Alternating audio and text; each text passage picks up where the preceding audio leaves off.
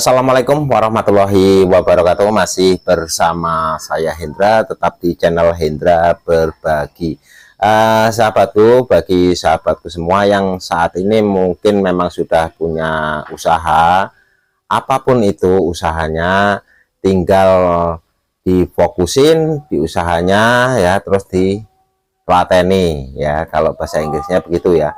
Jadi fokus dan juga telaten ya. Mudah-mudahan itu bisa mendapatkan hasil sesuai dengan harapan daripada sahabatku semua. Tapi di sini yang akan saya bahas dalam video kali ini adalah bagi sahabatku yang kebetulan punya modal ya, punya cukup modal tapi masih bingung ya, sampai saat ini masih bingung mau menentukan kira-kira mau usaha apa. Nah, di sini saya coba akan menyampaikan beberapa usaha yang memiliki prospek yang sangat bagus, dan bahkan usaha ini lebih prospek daripada usaha yang prospek tadi. Tentunya ini berdasarkan pengalaman saya, apa yang pernah saya alami, dan juga mungkin ya sekedar pendapat saya. Ini nggak menutup kemungkinan bahwa apa yang saya sampaikan itu juga keliru, tapi sebaiknya sahabatku simak video ini sampai selesai. Setelah itu nanti sahabatku bisa dianalisa, dipahami kira-kira kalau yang memang apa yang saya sampaikan ini benar, sahabatku bisa ambil. Tapi kalau misalkan apa yang saya sampaikan ini salah menurut sahabatku, ini sudah bisa diabaikan ya. Nah, usaha yang prospek untuk saat ini yang pertama yaitu usaha sembako. Kenapa? Karena usaha sembako ini kebutuhan bahan pokok ya. Selama masih ada manusia hidup, maka kebutuhan sembako ini akan selalu dibutuhkan oleh masyarakat. Untuk yang kedua, usaha yang prospek yaitu usaha di bidang otomotif ya. Baik itu untuk bengkel ya, terus variasi dan lain sebagainya. Otomotif ini bisa di bidang kendaraan bermotor, sepeda motor, maupun juga mobil. Karena populasi kendaraan untuk saat ini ya, kendaraan baru ini banyak sekali ya. Hampir setiap bulan itu bermunculan kendaraan baru. Setelah muncul ya kendaraan baru tersebut, tinggal proses servisnya atau perawatannya. Nah, untuk itu usaha di bidang otomotif, baik itu bengkel, variasi atau custom ya, ini memiliki prospek yang lumayan bagus. Untuk yang ketiga, usaha yang prospek yaitu usaha pengembang ya, perumahan. Kenapa? Karena seperti kita ketahui bersama bahwa bumi ya yang ada ini nggak semakin berkembang ya, nggak semakin besar, tapi jumlah penduduknya ini semakin banyak ya. Ditambah lagi hampir setiap saat ada pasangan-pasangan baru yang baru nikah ya. Di situ mereka akan memikirkan tempat tinggal.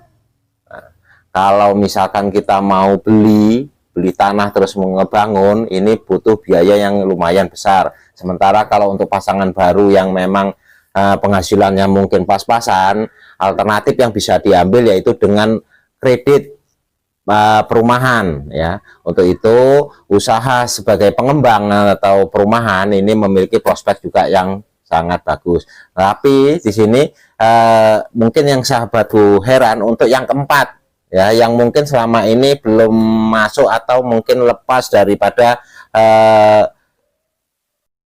pemikiran dari sahabatku semua, yaitu usaha di bidang rongsok ya. Kenapa usaha di bidang rongsok ini sangat prospek? Sekali lagi, sumber bahan baku atau bahan untuk membuat suatu barang ini didapatkan dari dua sumber. Yang pertama dari alam, yang kedua dari daur ulang. Dari alam kalau semakin lama ya kita ambil ini akan semakin habis. Nah, tinggal alternatif yang kedua yaitu dari daur ulang. Nah, untuk itu ya prospek usaha di bidang rongsok ini sangat-sangatlah menjanjikan. Kenapa? Selama masih ada manusia hidup, sampah itu pasti masih ada ya, masih ada limbah. Nah, selain itu juga selama masih ada manusia hidup, maka kebutuhan akan bahan baku misalkan untuk kertas, untuk plastik dan lain sebagainya, itu juga masih ada. Nah, hanya di sini dari sekian banyak atau dari 4 usaha yang saya sebutkan tadi memiliki prospek yang sangat bagus, yaitu sembako, terus otomotif, pengembang perumahan, dan juga rongsok. Ini usaha yang paling prospek di antara yang prospek, menurut pendapat saya adalah di bidang rongsok.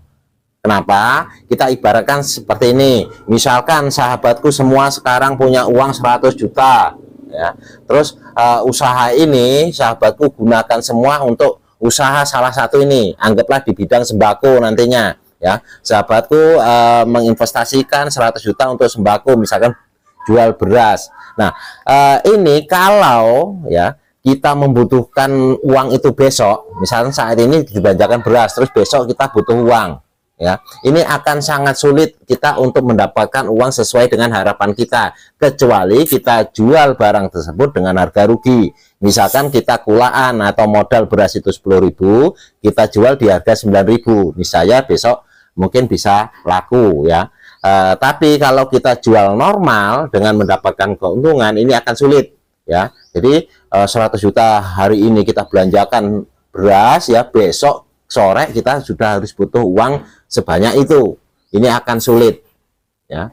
Terus juga termasuk yang usaha di bidang otomotif, ya. Misalkan sahabatku uang 100 juta sahabatku investasikan untuk otomotif, ya, punya bengkel yang luar biasa nyamannya, terus juga tenaga ahlinya luar biasa profesionalnya.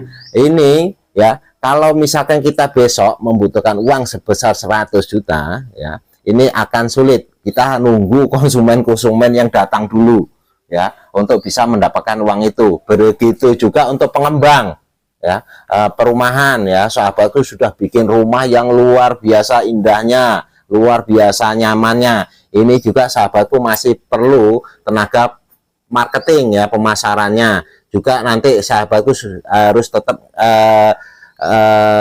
menjalin hubungan dengan rekanan atau pihak perbankan, ya, yang membiayai daripada perumahan tersebut. Nah, akan tetapi kalau misalkan sahabatku, ya, uang 100 juta itu diinvestasikan di rongsok, misalkan di hari ini sahabatku belikan kardus, misalkan 100 juta itu dibelikan kardus semua. Nah, besok sore sahabatku membutuhkan uang 100 juta itu, ya, itu sangat mudah. Pagi langsung kemasin, langsung dijual, nggak nunggu pembeli, ya.